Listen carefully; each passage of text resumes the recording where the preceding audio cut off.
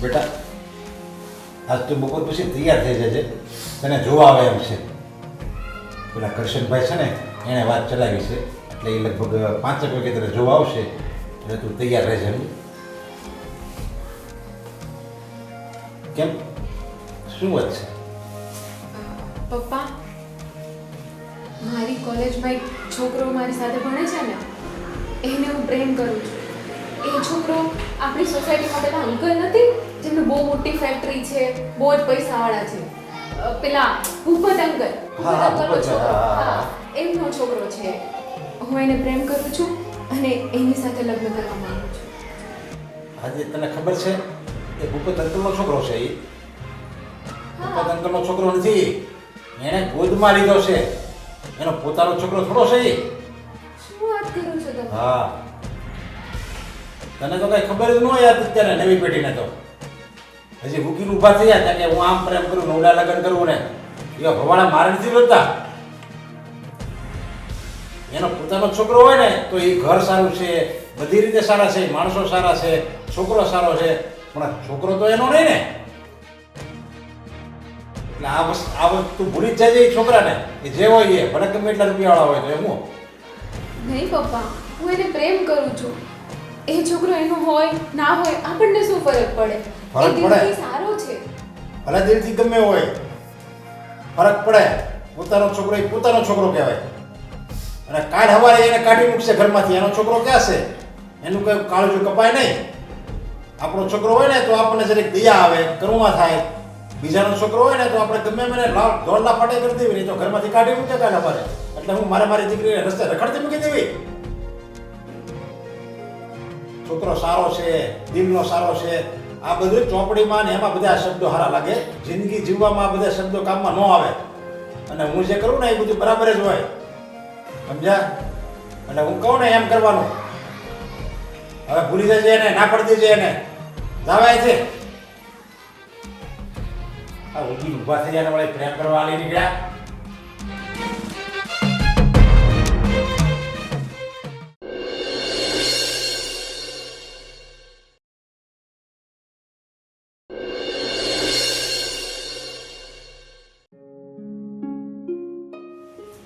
તે જોયું, જોતો ખરી, આ ઘોર કળિયુગ આવી ગયો છે આપણા દેશમાં.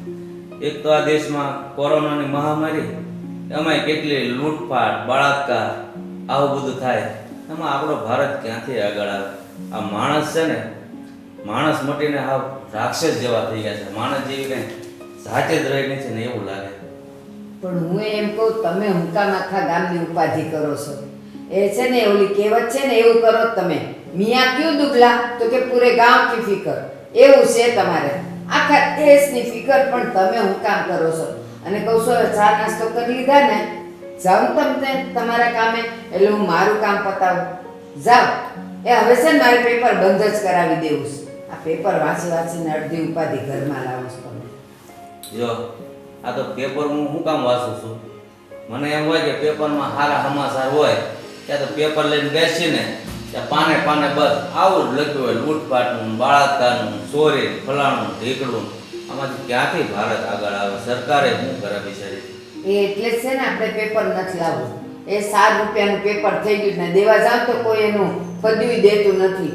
એટલે હવે આપણે પેપર બંધ જ કરાવી દેવું છે. એટલે તમારા જીવને નિરાત અને મારે સાંભળવું નહીં, મારા જીવને નિરાત. એ જાઓ હવે જાઓ, જો તમારો ટાઈમ થઈ ગયો છે. જો તું એમ કહે છો કે તમે આખા મલકની બળતરા કરો છો, તો મારે હું જાવું હોય છે તે જાય. તું મારે બળતરા હું કામ કરે છો? તો પણ કરે જ ને. એ તમે આખા ગામના સમાચાર મને સંભળાવો છો.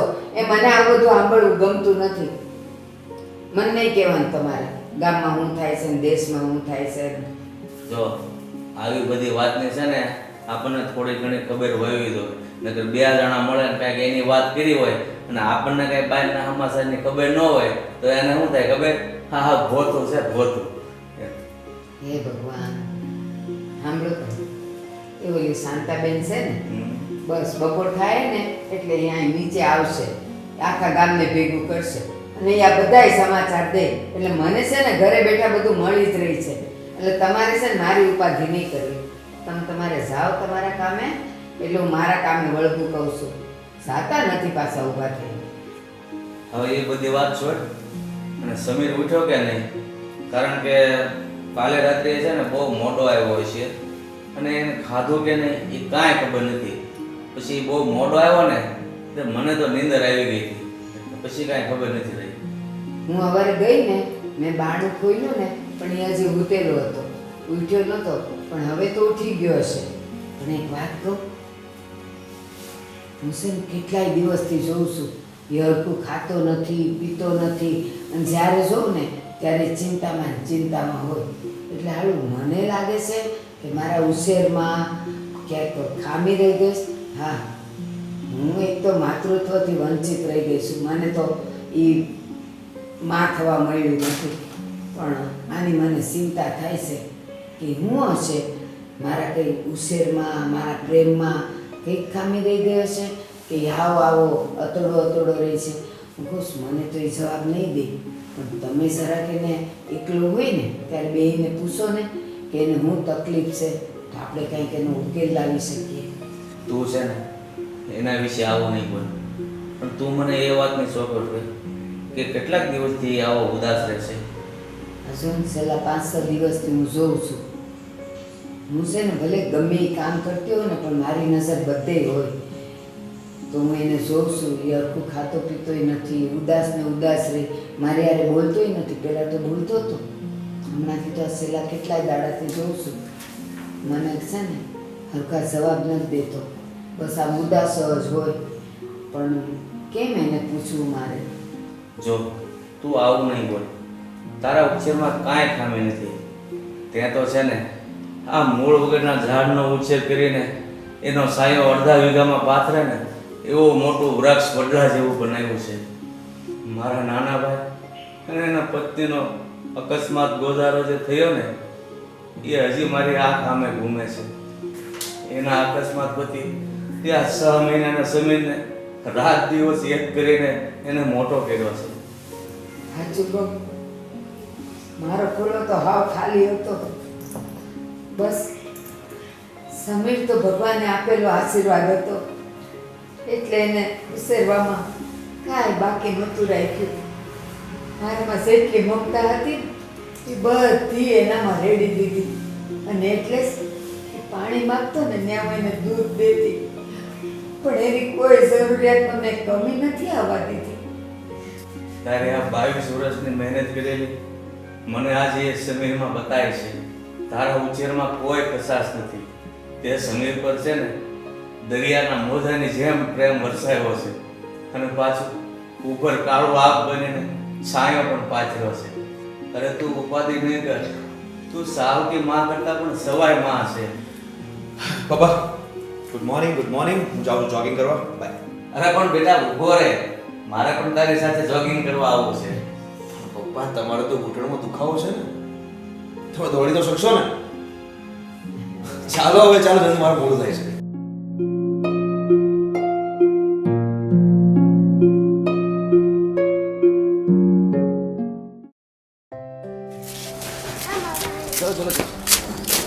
બસ બેટા બસ, હવે હું થાકી ગયો, મારાથી નહીં દોડાય. બેસો પપ્પા. પપ્પા કાલથી તમે છે ને એકલા અલગથી જજો. આજે તમારા લીધે મારે પૂરું જોગિંગ બી ના થયું. અરે બેટા, આ જોગિંગનું તો એક બહાનું હતું, પણ મારે તને એક વાત પૂછવી છે કે તું કેમ ઘણા દિવસથી ઉદાસ રહેશો?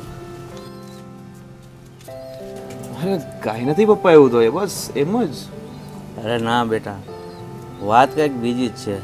અને જો જે કાંઈ પણ વાત હોય ને એ મને તું પપ્પા નહીં પણ એક મિત્ર સમજીને કે. અને તને ખબર છે હા તારી ઉદાસી છે ને એનું મારી કરતાં ટેન્શન તારી મમ્મીને વધારે રહેશે. એટલે જે કાંઈ હોય ને એ મારી આગળ વાત કર.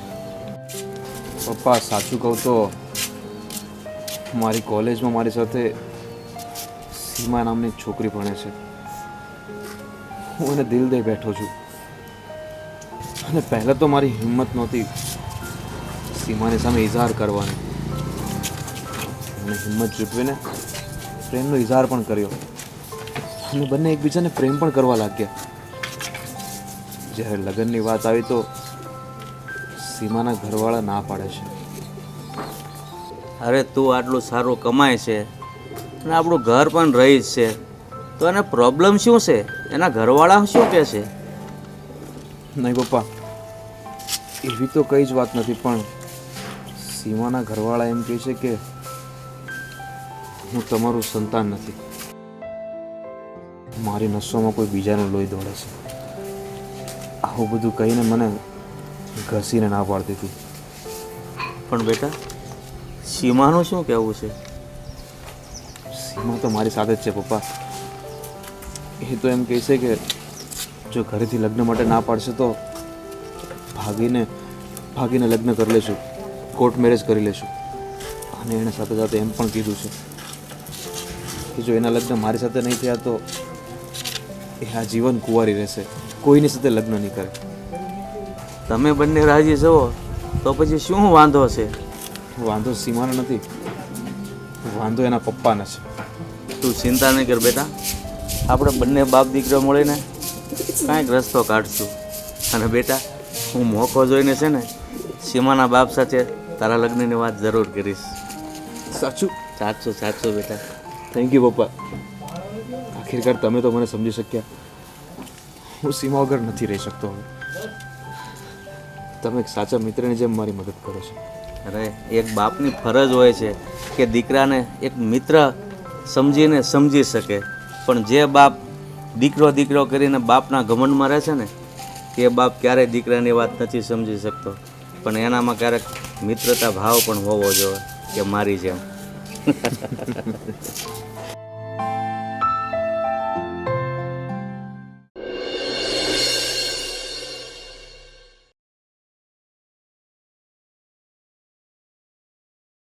સાગર, કાલ તાર શેઠનો ફોન આવ્યો હતો. એમ કહેતો હતો આજે આવ્યો નથી કામે, તું ગઈકાલે નહોતો ગયો?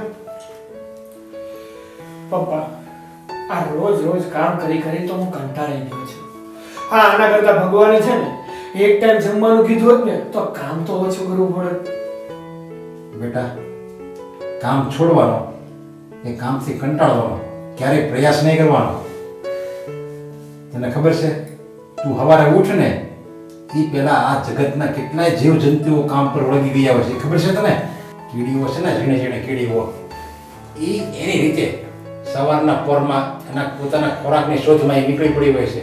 ક્યારે એણે કીધું કે હાલો બજારમાંથી વસ્તુ નવી લઈ લેવી, એ પોતે પોતાનું પેટ પોતાની મહેનતથી ભરે છે. એ ઝીણી એવી કીડી અને ઝાડ, પાન, ઘાસ, એ બધાની નાની કૂપણ હોય ને, એ બધાએ પોતપોતાનું કામ ચાલુ કરી દીધું હોય છે. અને સૃષ્ટિના બધા જીવ માટે કામ શ્રેષ્ઠ હોય ને એવું લાગે છે. હરેક જીવને કામ કરવું પડે, પછી એ પક્ષી હોય, પ્રાણી હોય, વનસ્પતિ હોય, ગમે હોય, પોતપોતાની રીતે પોતે કામ કરતા જ હોય છે. કાંઈ મનુષ્ય એક નવી નવાઈનું કામ નથી કરતો. ભાઈ, તું છે ને કામથી કંટાળે છે ને એટલે જ તને કામ ગમતું નથી. જો તું એ જ કામમાં ઇન્ટરેસ્ટ રાખે ને તો તને તારું એ જ કામ બહુ જ ગમવા માંડે. અને આ દુનિયામાં ભગવાને હજારો જીવોને ઉત્પન્ન કર્યા છે, તો એમાંનો તું એક જીવ બતાવ કે જે કામ ના કરતો. આ ઝાડ છે, ઝાડ એ પણ એક જીવ જ છે ને, એ ક્યાં કામ કરે છે? કેમ? ઝાડના અંગો તો લગાતાર કામ કર્યા જ કરતા હોય છે. પાન એનું કામ કરે છે, થડ એનું કામ કરે છે, અને ઝાડના મૂળિયા એનું કામ કરે છે. કામથી અલગ એનું કોઈ જ જીવન નથી. બીજા ઘણા બધા જીવો સતત કામ કરે છે. હવે તું વિચાર કર, તને ક્યારે આળસુ કડી કે આળસુ મધમાખી જોવા મળે? એણે ક્યારે એમ વિચાર્યું કે હાલો આજે આપણે રજા રાખવી, આજે આપણે આળસ કરીને આપણે એ મોજ શોખ કરવી? કીડી હોય ને એ તારે જો સતત ચાલતી જ હોય. એને ક્યારે આળસ નહીં ચડતી હોય. અને મધમાખી સતત અહીંથી ફૂલ લઈને, અહીંથી ફૂલમાંથી મધ લઈને અહીંયા મૂકે, અહીંથી લઈને અહીંયા મૂકે. એને ક્યારે આળસ કરતી જોઈ છે? મોટા ભાગના પક્ષીઓ, મોટા ભાગના પ્રાણીઓ, પશુઓ બધા આ જ હોય. બધા પોતપોતાની રીતે કામ કરે જ છે. જીવતા રહેવા માટે વનસ્પતિને સતત કાર્યશીલ રહેવું પડે છે. જેવી રીતે વનસ્પતિને જીવવા માટે કાર્યશીલ રહેવું પડે ને, એવી જ રીતે મનુષ્યને પણ કાર્યશીલ રહેવું પડે. અને જો આપણે એવી રીતે વિચારીએ ને કે કામ નથી કરવું, સૂતું રહેવું છે, આળસ કરવી છે, તો આપણા શરીરના બીજા અંગો છે ને એની ઉપર વિપરીત અસર પડે છે. અને તને કામનો કંટાળો કેમ આવે એ ખબર છે તને? પપ્પા, આ કામનો કંટાળો છે ને મને શું આ બધાને આવતો હોય છે. જો જે કામ બીજાને કશું શીખવી શકતો હોય પોતાના આનંદ માટે અને બીજાની ખુશી માટે, એમાં એનો સુખ વણાયેલું હોય છે એ કામનું. અને બીજાને આનંદ કરવામાં, બીજાના ચહેરામાં ખુશી જોવામાં આપણે જે કામ કરીએ ને એનો કંટાળો આપણને ક્યારેય નથી આવતો. આપણે ડૉક્ટરની જ વાત કરીને, એ 7 થી 8 કલાક ઊભો ઓપરેશન કરે છે, પણ એને બીજાની એમાં ખુશી દેખાય છે, બીજાનું જીવન બચાવે છે, એટલે ડૉક્ટરને ક્યારેય કામનો કંટાળો નહીં આવે. અને એને બીજાના આનંદ માટે એ જે ઓપરેશન કરે છે ને, આ અભિગમથી જ એને થાક નથી લાગતો કે હું જે કામ કરું છું ને એમાં બીજા ખુશ થાય, બીજા આનંદ થાય, એવું કંઈ અંદરથી આપણને અંદરથી એક પ્રેરણા મળવી જોઈએ, તો એ કામનો કંટાળો ન આવે. જો તમે પ્રેરણે કામ કરો ને કે ચાલો આ કામ કરવા ખાતર કામ કરવું પડે છે, તો હરેક માણસને કંટાળો આવે. અને આવી જ રીતે આપણે આપણા કામને પ્રેમ કરીએ, એને પૂજા કરીએ, તો એ કામનો ક્યારેય કંટાળો નથી આવતો. અરે આનંદ આવે છે, આનંદ ખુશી થાય છે કે આપણે ક્યારે કામ કરીએ. પણ મેં તો મોટા ભાગના માણસોને તો સવારે કામ કરતા જતા હોય ને તો આમ ઝેરમાં કેમ જતા હોય એવી રીતે જતા હોય. અરે સવારમાં કામ કરવા માટે તો થનગનાટથી જવું પડે. જેવી રીતે કેમ કોઈ ભક્ત હોય ભગવાનનો, એ કેમ મંદિરમાં આમ દોડતો દોડતો જતો હોય, એવી રીતે તમે કામને પૂજા કરીને જો જાઓ ને તો ક્યારેય કામનો કંટાળો ન આવે. હા પપ્પા, તમારી વાત એકદમ સાચી છે. આ વ્યક્તિ કામ પ્રત્યે અણગમો અને એના પ્રશ્નો ઊભા કરે છે ને ત્યારે જ એ વ્યક્તિને કામો ગમતા નથી. ત્યારે જ એને કામનો કંટાળો આવે છે. બસ એટલે હવે તો આ જે અમે જે વાત કરી ને અમે બે બાપ દીકરી, એ તો મગજમાં રાખી છે, સમજ્યા? હા. અને હવે ક્યારેય આવી રીતે રજા નહીં પડવાની. નહીં. અને રજા પડવાથી તો એ કેટલું એને હેરાન થાય, આપણું કામ બગડે, આપણી આવક ઓછી થાય અને આપણું શરીર બેડોળ થાય. શરીરમાં જો સ્ફૂર્તિ રાખવી હોય તો ક્યારેય કંટાળો શબ્દ, આળસ શબ્દ એ તો ક્યારેય મનમાં લાવવાનો જ નહીં. કારણ કે તે કોઈ ડૉક્ટર પાસે તું ગયો, કોઈ દર્દીને એવો તે જોયો કે જઈને ડૉક્ટર પાસે એમ કે ડૉક્ટર મને આળસ ચડે છે, એની દવા જ નથી આવતી કાંઈ. એ બધા માનસિક રોગો છે, માનસિક, એની ક્યારેય દવા નથી આવતી. આળસ તો આપણે ઉપજાવેલો શબ્દ છે. થાક લાગે તમને શરીરમાં, થાક લાગે ક્યારેક, કોઈ વિટામિન કોઈ ઘટતું હોય, પ્રોટીન ઘટતું હોય તો અવશ્ય થાક લાગે, એની દવા પણ હોય. પણ આળસ કંટાળાની કોઈ દવા જ નથી. એ તો આપણે ઉપજાવેલો એક શબ્દ, આપણે ઉપજાવેલો એક શબ્દ છે. એ વાત સાચી કીધી પપ્પા. ક્યાંક જા હવે કામનો કંટાળો નહીં લાવતો, મહેરબાની કરીને. નહીં નહીં, આજે તમે મને વ્યવસ્થિત રીતે સમજાવ્યું ને એટલે મને કામ પ્રત્યે પ્રેમ થયો છે. બસ એમ પ્રેમ, કામ પ્રત્યે પ્રેમ રાખીએ ને તો જ કામ આપણી પ્રત્યે પ્રેમ રાખે. કાંઈ નહીં, ચાલો તો હું જઉં છું.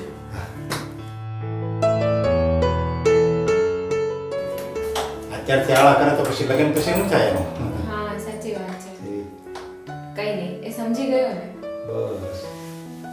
અને તારે આ બધી મેં બધી તારે બધું શીખવાની જરૂર. પછી કે હારે જેમ કે કોઈ હારે નહીં આવે. ત્યાં આપણે જો કચરામાં, તારે તો ઘરનું કામ કરવાનું હોય, વાસણ છે, કચરા છે, એ બધામાં જો આપણે એમ કરીએ ને કચરું વાળતા હોઈએ અને આપણે આમ મારા કસરત માટે વાળું છું તો આપણે મજા આવે. પછી એમ કીધું કે ભાઈ સારું ઠીક આવે, કરવું પડે, આમાં તો યાર કંટાળો, તો એ કંટાળો જ આવે. હા બરાબર છે. એમ પણ હું તો ગમે એ કામ નથી કરતી, કામને ગમતું બનાવું છું. બસ આ તો સારું સમજી ગયા.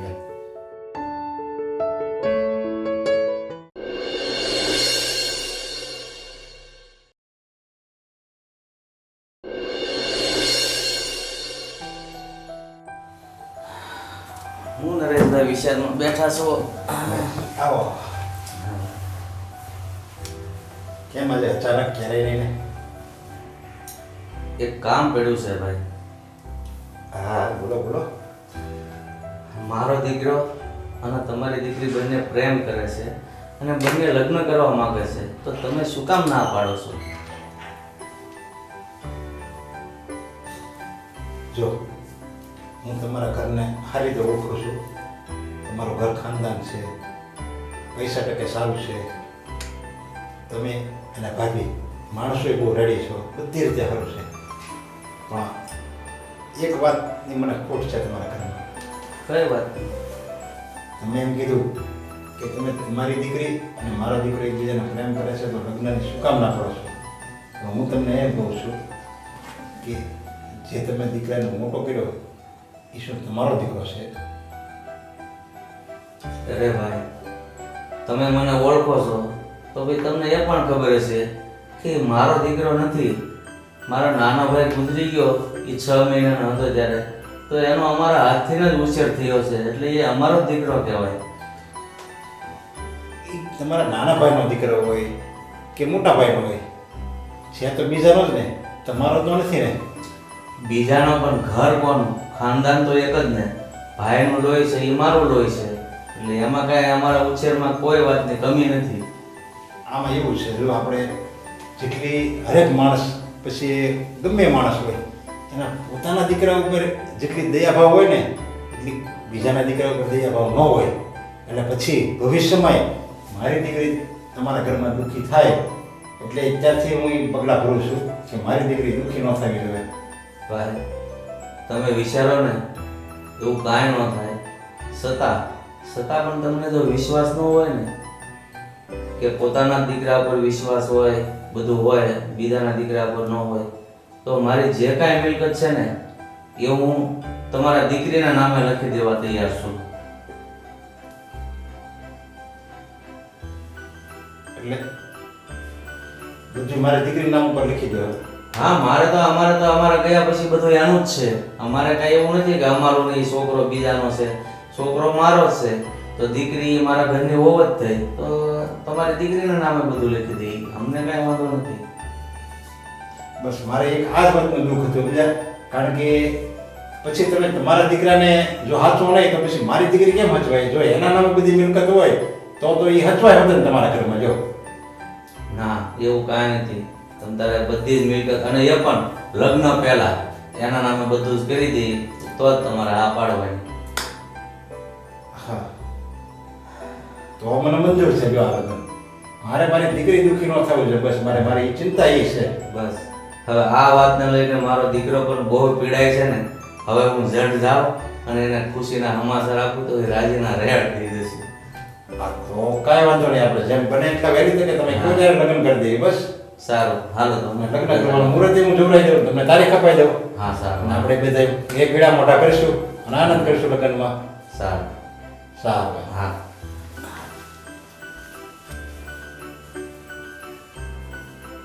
આવો તો બાપ પહેલી વાર જોયો. લગ્ન પહેલા મારી દીકરી નામે એની બધી મિલકત કરી દીધી.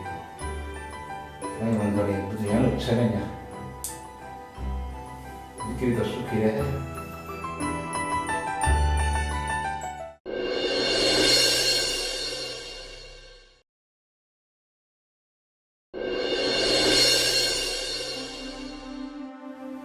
કહું છું એમાં બીજા લગ્ન કરીને તો આપણે હેરાન પરેશાન થઈ ગયા. આના કરતાં તો એ પહેલાં સારો હતો, ડાયો હતો, આપણું કંઈક માનતો હતો. આ રિસેન્ટ આ પગાર જાય તો આખા ઘરની શાંતિ હણી લીધી છે. પણ તું કીધું ને કહેતી હતી છોકરાના લગ્ન કરવા. તમે છે ને બધામાં મારો વાંક ન કાઢો, વાંક તમારો જ છે. તમારે શું જરૂર હતી બધું ઓલીના નામે કરી દેવાની? એ લોકોને નામે કરી દીધું ને એટલે જ અત્યારે જો આપણે આ ઉપાધિ આવીને પડી. એમ છે ને પારકી દીકરીના નામે બધું ન કરી દેવાય, એને જાણ્યા સુન્યા વગર. પણ તને ખબર છે ને કે મેં આ બધું આપણા દીકરાની ખુશી માટે કર્યું છે. બળી એની ખુશી. 2 દિવસ પહેલા તો મને કહેતો હતો કે હવે તમે આ ઘરમાં થોડાક જ દિવસ ના છો, હવે આ ઘર છોડીને તમારે જવું પડશે. કોણ જાણે આપણા માટે આટલો બધો અભાવ કેમ આવી ગયો એને, આપણને કાઢવા તૈયાર થઈ ગયો. કાંઈ ન પાડ્યું એને. આવી ખબર હોત ને તો આવા અનાથ છોકરાને હું ન લે અને એને ન મોટો કરે. તારી વાત સાચી છે. કાલે આપણને પાર્ટીમાં લઈ ગયો ને ત્યારે મારા હાથમાંથી ગ્લાસ પડી ગયો અને બધાની વચ્ચે જાણે હું એનો નોકર હોઉં ને એવી રીતે મારી ઉપર ખીજામણ થઈ. કેમ નાનેથી મોટો કર્યો તો એનાથી કઈ ભૂલ જ નહીં થઈ હોય? કેટલી ભૂલો એની જતી કરી. કોઈ દી એને આપણે મનમાં નથી લાવવા દીધું, કોઈ દિવસ એને ખબર નથી પડવા દીધી કે એ આપણો દીકરો નથી એમ. અને એને તો જો જોયા જેવી કરી છે આપણા માથે. તું એમ કહેતી હતી ને કે 2-5 દિવસથી ઉદાસ રહેશે, તો મેં એને એની ઉદાસીનું કારણ પૂછ્યું તો એનું કારણ એને કીધું કે હું એક છોકરીને પ્રેમ કરું છું પણ એના પપ્પા ના પાડે છે. એટલે હું એના પપ્પા ગયો અને એ ના પાડતા હતા કે તમારો દીકરો નથી એટલે હું દીકરી ન આપી શકું. પણ મેં કીધું જો ભાઈ તમને વિશ્વાસ ન આવતો હોય ને તો લગ્ન પહેલા અમારું જે કાંઈ છે એ એનું જ છે, તો હું તમારા દીકરીના નામે કરી દઉં. અને મેં કરી દીધું.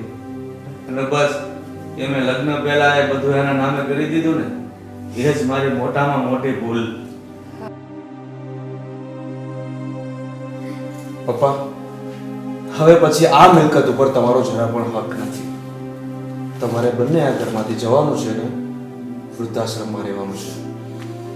એલા આ દિવસ માટે તને આવડો મોટો કર્યો કે તું આપણે જાતી જિંદગી વૃદ્ધાશ્રમમાં મોકલે. બસ બસ બસ, મારે કંઈ સાંભળવું નથી. અને ગઈકાલે જે પાર્ટીમાં તમે કર્યું છે ને એના પછી તો હું તમારું મોઢું પણ જોવા નથી માંગતો. આવું ન બોલ, તારો બાપ છે હવે મારી ઉંમર થઈ ગઈ છે. આ લખવાના હિસાબે મારા હાથમાં થોડી ઉધારી આવે છે, એમાં ગ્લાસ પડી ગયો, એની આટલી મોટી સજા આપવાની? પપ્પાજી, તમે ગઈકાલે અમારું આટલું બધું અપમાન કર્યું એનું શું? ગઈકાલની પાર્ટીમાં મારા બધા ફ્રેન્ડ્સ મારી ઉપર હસતા હતા. મને કેટલી શરમ લાગી. આટલા વર્ષના થયા તો પણ તમને એટલી ખબર નથી પડતી? કેમ એ તારી બધી બેનપણીઓના મા બાપ ઘરડા જ નહીં થયા હોય? એનાથી કઈ ભૂલ જ નહીં થઈ હોય? એના હાથમાંથી ક્યારે કઈ પડ્યું જ નહીં હોય? અને તને કઈ શરમ નથી આવતી કે તું તારા સસરાની સામે બોલે છે? જીભને હાડકું ન હોય એટલે બસ બોલે જ જવાનું. જરાક તો અમન્યા રાખવી જોઈએ કે તું કોની સામે બોલે છે. આ જ રીતે તારી ભાભીઓ તારા મા બાપ સામે બોલે તો શું થાય? જરાક તો વિચાર કર, જરાક તો શરમ રાખ. અરે બસ મમ્મી, કેટલું બકબક કરશો હવે તમે લોકો અહીંયા? સીમા કહે છે ને સાચું જ કહે છે. તમારામાં તો એટલી મહેનત હોય છે કે પાર્ટીમાં કેવી રીતે બિહેવ કરવું છે બધાની સામે એ પણ તમને ના આવડ્યું. અમારી ઇજ્જતનો ફાલુદો કરી નાખ્યો. જવા દો, હવે છે ને આ ઘર મને પારકું લાગવા માંડ્યું છે. હવે આપણે અહીંયાથી અંજળ ઉઠી ગયા છે. હાલો આપણે બે વયા જાય. હા જલ્દી પ્લીઝ. દીકરા, અમારા ઉછેરમાં એવી રીતે શું ખામી રહી ગઈ કે તું હમણાં આવા દિવસો બતાવે છે? પણ કાંઈ વાંધો નહીં દીકરા, મારી એક વાત હંમેશા યાદ રાખજે. તારી પાસે ભલે દુનિયાભરની ડિગ્રીઓ મોટી હોય, તું ગમે એટલો ભણેલો હોય, પણ તું તારી માના આંખના આંસુ વાસતા ના આવડે ને તને, તો તું દુનિયાનો સૌથી અભણ માણસ છે. બસ હવે મારે આગળ કાંઈ નથી સાંભળવું. તમારો સામાન મેં પેક કરી નાખ્યો છે. મહેરબાની કરીને આ ઘર છોડીને જતા રહો અને ખાસ તમારો મોબાઈલ મને આપતા જાજો. નકર આખા સમાજમાં ફોન કરી કરીને મારી ઇજ્જતનો ફાલુદો વધારે પડતો ચાલશે. લાવ ફોન. ફોન લાવો, ફોન માંગુ છું. પીડીએફ આપણે નથી જોતો, તે જોતો આપણે. સીમા તો અંદર આવતો, મારી ફાઇલ નથી મળતી અને તમે જાઓ પ્લીઝ. હે ભગવાન, આવા દિવસો અમને બતાવે.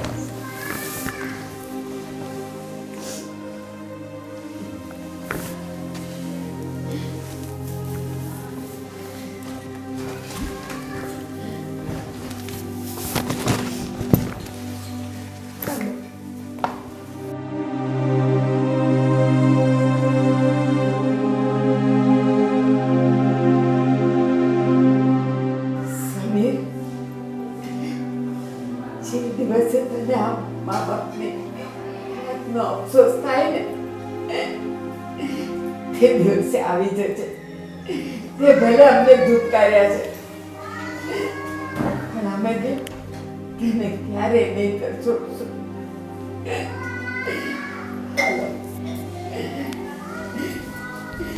બાપની આંખમાં 2 વખત આંસુ આવે, જ્યારે દીકરી ઘર છોડે ત્યારે અને દીકરો ઘર છોડે ત્યારે. ચાલો આ ઘરને છેલ્લા રામ રામ.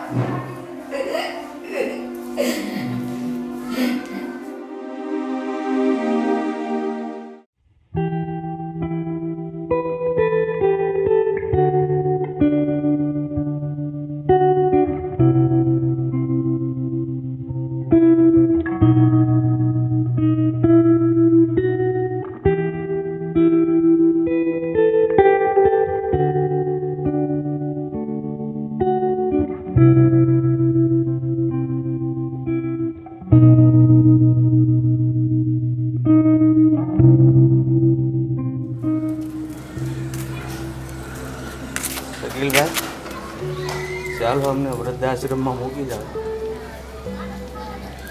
ચાલો અંકલ મારી સાથે. શકીલભાઈ, વૃદ્ધાશ્રમ જવા માટે તો આ રસ્તે જવું પડે. તમે કેમ અમને આમ લઈ જાઓ છો? સમીરે તમને કાંઈ નથી કીધું? આંટી, સમીરે મને બધી જ વાત કરેલી છે કે તમને લોકોને વૃદ્ધાશ્રમ મૂકવા જવાના છે, પણ હું તમને વૃદ્ધાશ્રમ મૂકવા નહીં જાઉં. તો હું તમને મારા ઘરે લઈ જઈશ. તમે શું વાત કરો છો? કેમ તમે તમારા ઘરે લઈ જાઓ છો? અંકલ, તમે મને નાનપણથી સાચવ્યું છે ને મોટો કર્યા છે. તમે લોકોએ મને તમારો દીકરો જ ગણ્યો છે, અને મેં પણ અત્યાર સુધી તમને લોકોને મારા મા બાપ ગણ્યા છે. આ તમારા બંગલા જેવી સાહેબી મારા ઝૂંપડામાં તો નહીં હોય, પણ વૃદ્ધાશ્રમ કરતાં તો સારું છે, એટલી હું તમને ખાતરી આપું છું. મારી સાથે ચાલો ને વાત કરે. તમે આ તમારા નાના દીકરાના ઘરે નહીં આવો? જો એક દીકરાએ કાઢી મૂક્યા તો ભગવાને બીજો દીકરો આપી દીધો. પણ બેટા, આ અમારી કેવી કરુણાએ બેઠી છે.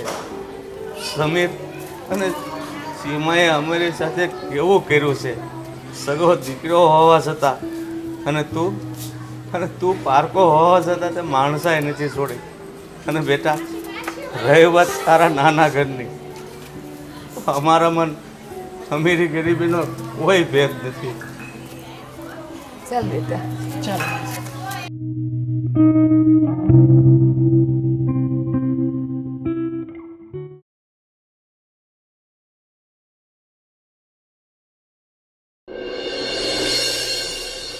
આ લોકો અહીંયા પાછા કેમ આવ્યા?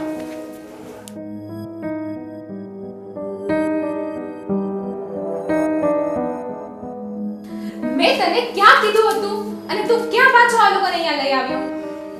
અમારો પ્લાન હતો કે આ લોકોને વૃદ્ધાશ્રમમાં મૂકી અને સોશિયલ મીડિયા ઉપર વાયરલ કરી દેવાનો કે આ લોકો વર્લ્ડ ટૂર પર ગયા છે. પણ નહીં, તું તો અહીંયા પાછો લઈ આવ્યો. પણ બેટા, અમને એ વૃદ્ધાશ્રમ જ લઈ જતો હતો, પણ મને ભજીયા ખાવાનું મન થયું ને એટલે અમે આવી ગયા, અને ખાઈને પછી અમે તરત પાછા જતા રહેશું. ખીચડી ખાવાની ઉંમર છે અને ભજીયા ખાવાનું મોં નથી છૂટતો. અને શકીલ, તને તારી નોકરી વારી હોય ને તો આ પડીકાને વૃદ્ધાશ્રમમાં મૂકી આવ. એને ખાઈ તો લેવા દો, પછી હું એને મૂકી આવીશ. ઓ હેલો, ડ્રાઈવર છે ને તો ડ્રાઈવર બનીને રહે. મારી સામે વધારે લવારી ના કર. મેં તને શું કીધું? મૂકી આવ લોકો, મૂકી આવ જા. અરે, તમે આવું કેમ બોલો છો? તમે શુકર માનો કે અલ્લાહે તમને આવા હીરા જેવા મા બાપ આપ્યા છે. તારે મારી આજ્ઞાનું પાલન નથી કરવું ને તો તારે આજ પછી નોકરી પર આવવાની કોઈ જરૂર નથી. તારો નીકળતો પગાર તારા ખાતામાં જમા થઈ જશે. ના બેટા ના, એને નોકરીમાંથી નહીં કાઢતી. એનો એક પરિવાર છે, નાના નાના એને સંતાનો છે. અમારે ભજીયા નથી ખાવા, અમે જતા રહીશું. ચાલો આપણે બહાર ભજીયા ખાઈ લઈશું. ના આંટી, રહેવા દો. હવે તો મારે પણ આ લોકોની નોકરી નથી કરવી. અરે એ લોકો મને શું નોકરીમાંથી કાઢતા હતા, એની નોકરીને ઠૂર છે. નહીં બેટા, તું શાંતિ રાખ. તારે એવું કરવાની કાંઈ જરૂર નથી. જો તું અમને તારા મા બાપ માનતો હો ને તો મારી એક વાત માન. તું જેમ વર્ષોથી અમારી સાથે વફાદારીથી રહ્યો છે ને, બસ એવી જ રીતે સમીર સાથે રહે. અંકલ, તમે આ સારું નથી કરી રહ્યા. પણ અત્યાર સુધી મેં કોઈ દિવસ તમારી આજ્ઞાનું ઉલ્લંઘન નથી કર્યું. એટલે તમારી આજ્ઞા સમજી અને હું આ નોકરી કરીશ.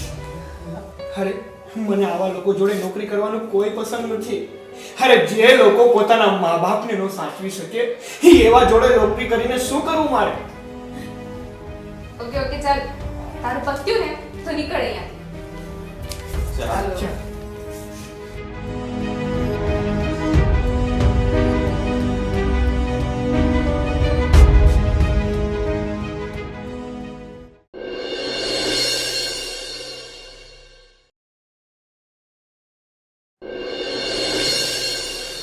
હું તને શું કહું છું, તે દિવસે મેં જીદ કરીને સમીરના લગ્ન ન કરાવ્યા હોત ને તો આજે આપણે આ વૃદ્ધાશ્રમમાં આવવાનો દિવસો ન જોવા પડે. પણ આમાં ભૂલ તો મારી જ છે. એના પપ્પા માનતા નહોતા લગ્ન માટે. લગ્નની વાત કરી મેં, એ બરાબર છે, પણ એ માનતા નહોતા ને તો મેં વળી કીધું કે બધી મિલકત હું તમારી દીકરીના નામે કરી દઈશ અને એના લીધે જ આપણે આજે આ વૃદ્ધાશ્રમમાં રહેવાના દિવસો આવ્યા. તમે હવે જીવ નાનો ન કરો. ગઈ ગુજરી બધી ભૂલી જાઓ. આપણા નસીબમાં છોકરાનું સુખ આટલું જ લખ્યું હતું તો આપણે અહીં આવવું પડ્યું ને. હવે ઉપાધિ કરી શું મળે? બસ હવે તો જેટલા દી બાકી રહ્યા છે ને અહીં કાઢશું. જેટલી ઉપાધિ કરશું ને એટલે તમારા તબિયત ઉપર અસર કરશે. એક તો જો તમારી તબિયત એ સારી નથી રહેતી આજકાલ. શિવ નાનું ન કરો. અને હવે છે ને આ બધી વાતો યાદ નહીં કરતા અને મને નહીં કરાવતા. અને 2 ટક રોટલા મળે છે ને બસ ખાઈ પીને દાડા પૂરા કરવાના છે હવે. મને તો એવું લાગે છે ને કે ભગવાન આ જે કાંઈ કરે ને એ સારા માટે જ કરતો હશે. કદાચ આમાં પણ આવી વાતમાં પણ આપણું હિત હોય, શું ખબર. આટલું બધું જાણો છો, સમજો છો, તોય પાછી ઉપાધિ કરો છો. પણ બીજો તો આધાર એની સિવાય આપણી પાસે છે નહીં, આશ્વાસન સિવાય. તો આપણે શું કરવું? એટલે જ કહું છું એ શાંતિથી છે ને ભગવાનનું નામ લ્યો. એ જે કરશે ને એ સારું જ કરશે. અને કદાચ છે ને હજી આપણા માટે કંઈક સારું વિચાર્યું હશે. પણ હવે તમે છે ને આવા દુઃખના દાડા હવે યાદ ન કરતા. નકામાં આપણા બેવના જીવને ઉપાધિ થાય. હું હવે એવો વિચાર કરું છું કે દીકરો અને વહુ આપણા પીડા બોલ ઝીલતા હતા, પણ આમ અચાનક કેમ બદલે ગયા કાંઈ ખબર ન પડી. પણ હું જોતો હતો કે 2-5 દિવસથી એ બંને થોડાક ટેન્શનમાં હતા. તો શું ધંધામાં નુકસાન ગયું હશે? શું થયું હશે? જો પાછા વિચાર કરવા માંડ્યા ને એ નથી વિચાર કરવા. કદાચ એવું બને ને કે આપણને વૃદ્ધાશ્રમમાં મોકલવા માટેની એ ઉપાધિમાં હોય. ના શું કહું, મને એવું લાગે છે કે ઓલી છે ને વહુના કહેવામાં આવી ગયો લાગે છે. અને તો જ આવું પગલું ભરે. બાકી આપણો સમય રહેવો નહોતો. એ કેવા પગ ધોઈને પૂછતો હતો અને હવાર હાંસ આપણને કેટલું ધ્યાન રાખતો. જય શ્રી કૃષ્ણ કર્યા વગર ઊભોય ન થાય ને હુવે નહીં. એ છોકરો અચાનક આમ બદલાઈ જાય. પણ તું તો વહુને દોષ દેશો અને છોકરાને તો તું નાનેથી ઓળખતી હતી. પણ ખાસી ખબર તો જ્યારે પરિસ્થિતિ નબળી આવે ને ત્યારે ખબર પડે કે કોણ પોતાનું અને કોણ પારકું. અને આપણે એને આપણો સમજીને ઉછેર કર્યો તો એ દીકરો જ આપણો દીકરો નથી રહ્યો. તો પછી પારકી વહુને શું કામ દોષ દેવો? હું તો જો કોઈને દોષ નથી દેતી. એ દોષ આપણા કર્મનો. અને પાછું આ જો 5 આંગળી આપણી જ છે ને તો એ એક હરખી નથી. તો પછી છોકરાઓ ક્યાંથી એક હરખા હોય? ને જો સમીર ક્યાં મારો પેટનો ઝેણો છે? આપણે બહારથી જ લાવીને એને મોટો કર્યો છે ને, પણ કોઈ દી એને મેં ખબર નથી કરવા દીધી કે એ મારો છોકરો નથી. એ જીવથી વધારે વાલો કરીને રાખ્યો તો. મને એ વાતનું જ દુઃખ છે કે તે તારો પોતાનો જણ્યો હોય ને એ રીતે ઉછેર કર્યો લાડકોડથી, અને બસ જો તારા લાડકોડનો બદલો એને કેવી રીતે વાળ્યો જોઈ લીધું ને તે. એક વાત કહું, આ કઈ સીભડું થોડું છે કે કાપીને જોઈ કે અંદરથી હારું છે કે નરું છે? છોકરાઓ ક્યારે બગડી જાય ને ક્યારે આવા થઈ જાય ને કોઈને ખબર ન પડે. પણ કાંઈ નહીં, હવે તમે ઉપાધિ ખરેખર કહું છું કરોમાં મારો ઠાકર છે ધારશે ને એ જ થાય. આવશે કે ભાઈ આ બેસ ને બટા. ના આંટી, નથી બેસવું મારે. ને અંકલ, સીમા મેડમે કીધું છે કે તમને અહીંયાથી એમના ઘરે લઈ જવાના છે. તો ચાલો તમે બેગ તૈયાર કરો અને મારી સાથે ગાડીમાં બેગ મૂકો અને ચાલો મારી સાથે. અરે શકીલ, એ ભગવાન,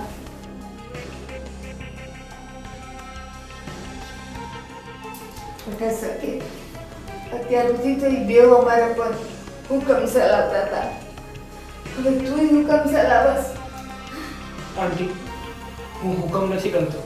તમને જો મારા ઉપર ભરોસો હોય ને તો કાંઈ પણ બોલ્યા વગર ચાલો મારી સાથે અને ગાડીમાં બેસી જાઓ. હવે હું બધું સમજી ગઈ. સમીરે ઘરમાં પાર્ટી રાખી હશે અને બધાની વચ્ચે નિશા જોયા પણ ન થાય ને એટલે આપણને બોલાવ્યા હશે. અને જેવી પાર્ટી પતશે ને પાછા આપણે આયા જ આવવાનું છે. તું છે ને પરિસ્થિતિ જાણ્યા જોયા વગર જેમ તેમ નહીં બોલ. આપણે ઘરે તો જઈએ પછી જોઈએ છે શું થાય છે, વિચારશું. હા, હાલો. હા.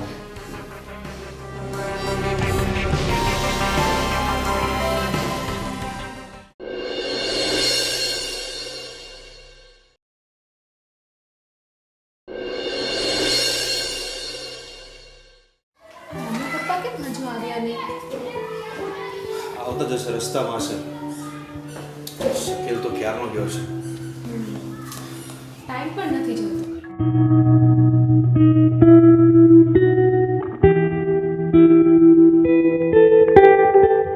આવો મમ્મી પપ્પા, બેસો રે પ્લીઝ, આવો બેસો. તમારા વગર આ ઘર સાવ શું થઈ ગયું હતું. હવે તમારે ક્યાંય જ નથી જવાનું. તમારે હવે તમારા આ જ ઘરમાં રહેવાનું છે. તમારી વગર તો અમને એવું લાગતું હતું કે જાણે આ ઘરમાં નહીં અમે શમશાનમાં રહેતા હોય ને એવું. હવે તમે આ મા બાપ જેવા ભગવાન મળી ગયા. હવે અમને એમ લાગે છે કે આ ઘર નહીં આ મંદિર છે. એટલી બધી મીઠી ભાષા અને એ તારી, તને કાચિંદાની જેમ રંગ બદલતા સારું આવડે છે.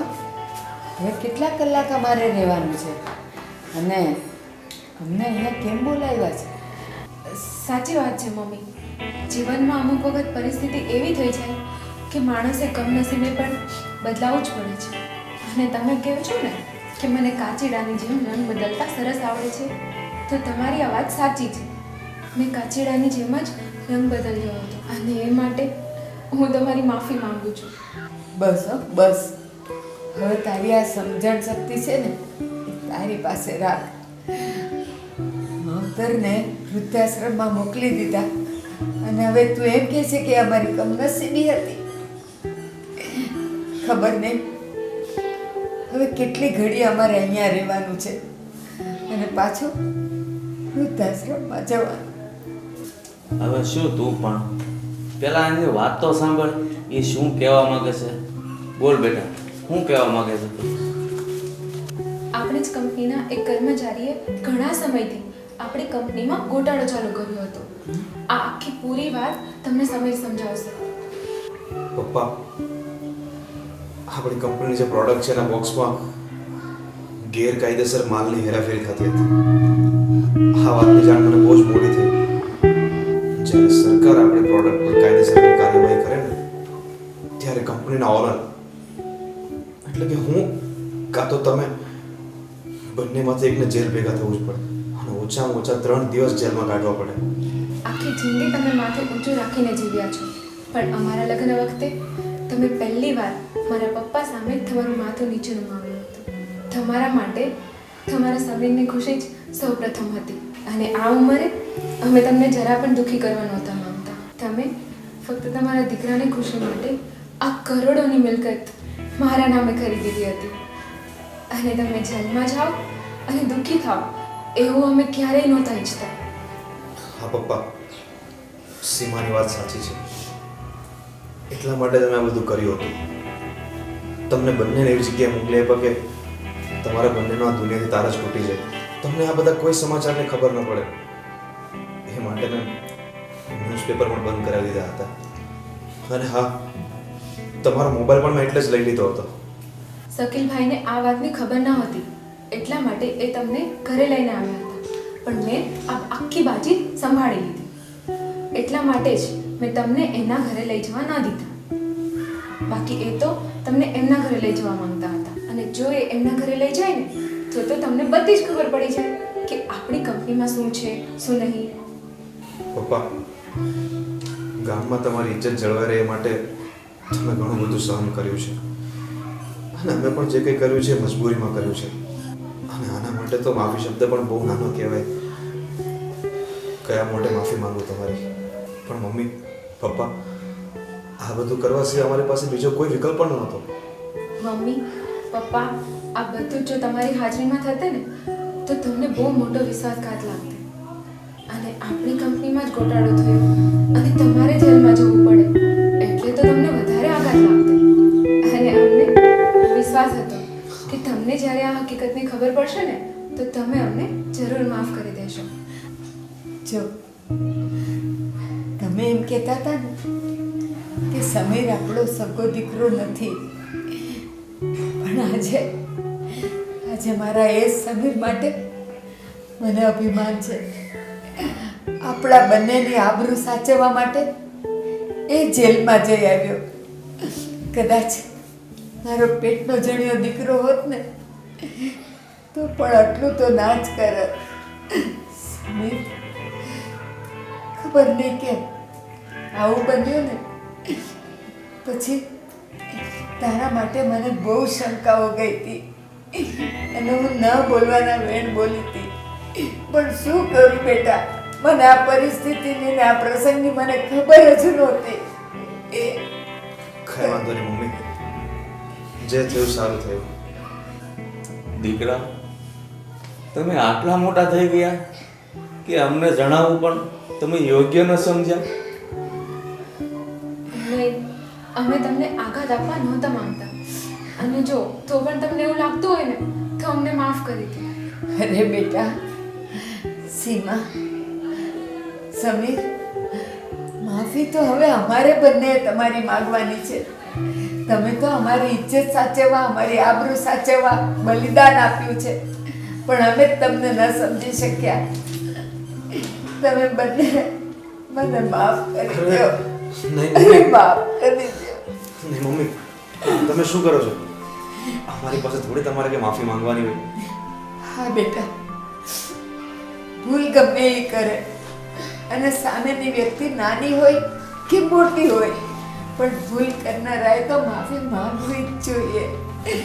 અને એક વસ્તુ બીજી પણ છે, માફી માંગવા વાળા કરતા માફી આપવા વાળા મહાન હોય છે. નહીં મમ્મી, આજે ઉંમર અમારી છે પણ મહાનતા તમારી છે બેટા, તમારી છે. બસ મમ્મી, બસ. સીમા, મારાથી કઈ આડું અવળું બોલાઈ ગયું હોય તો મને માફ કરજે બેટા. હા, ના હોય.